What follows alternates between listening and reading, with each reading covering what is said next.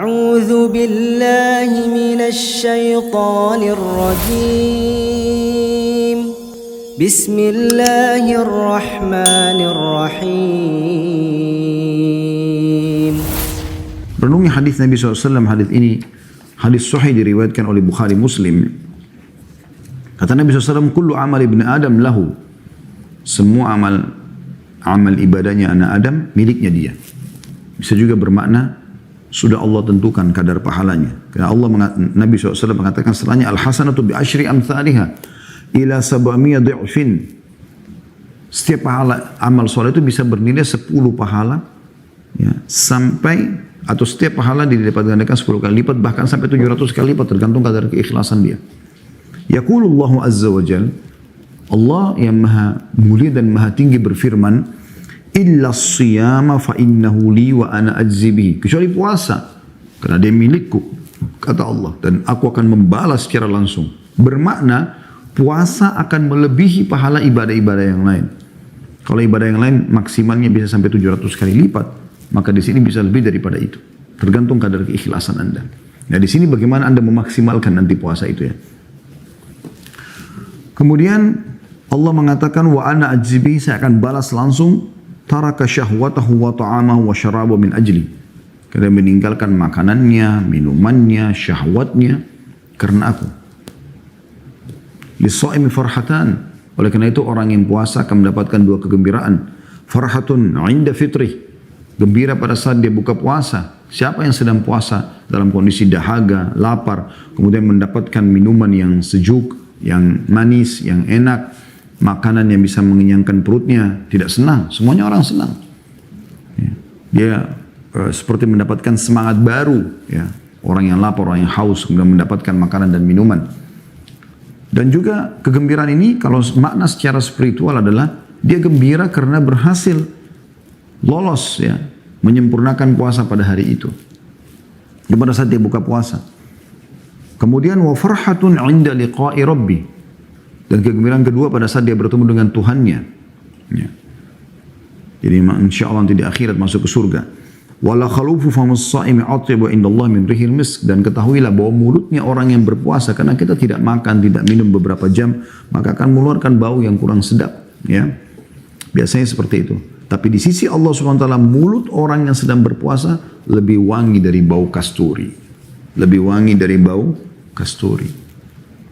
Teman-teman sekalian, yang perlu kita garis bawahi adalah agar puasamu maksimal, renungin beberapa riwayat ini.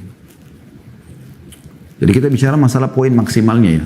Semua orang puasa, tapi bagaimana kita maksimalkan pahala yang kita bisa dapatkan. Yang pertama, teman-teman, hadis yang Anda harus renungi supaya maksimal puasa Anda, yaitu sabda Nabi SAW, man shama ramadhana imanan wa ihtisaba ghufira lahu ma taqaddama min dhanbi.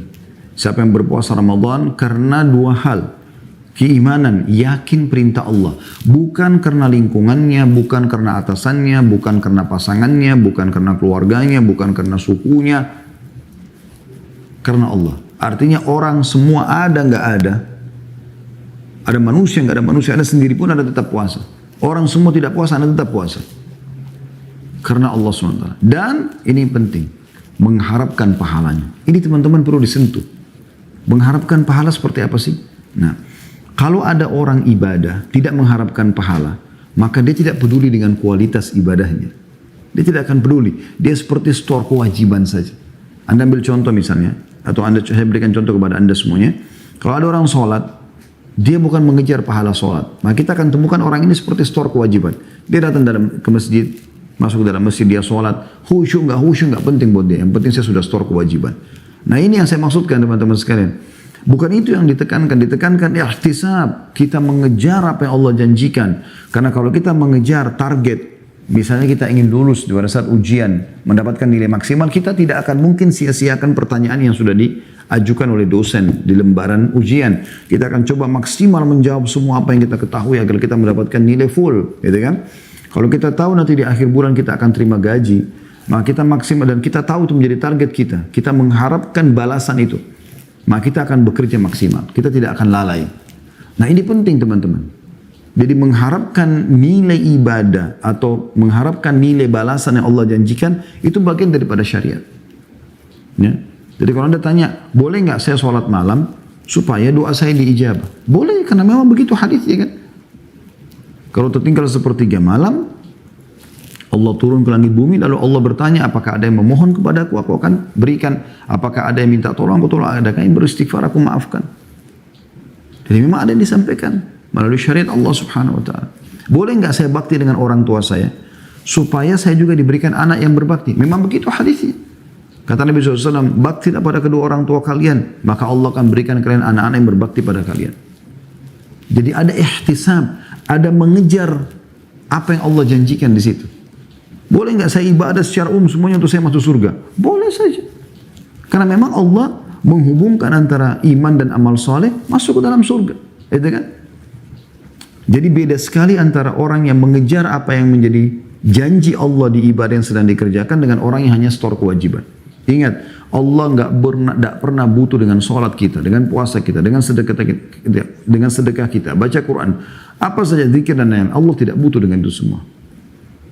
Allah nggak butuh. Allah mengatakan dalam sebuah hadis qudsi, kata Nabi SAW, Allah berfirman, wahai hamba-hambaku, sesungguhnya amal-amal yang aku perintahkan pada kalian, aku kembalikan kepada kalian. Allah nggak butuh. Dalam Al-Quran Allah ceritakan tentang hewan kurban yang kita kurbankan di jalan Allah SWT di Idul Adha. Kata Allah, la yanalullahu luhumuha wala dima'u walakin yanalu taqwa minkum. Allah nggak pernah butuh dengan darah dan dagingnya hewan itu. Tapi Allah menilai ketakwaan kalian. Patuh nggak sih?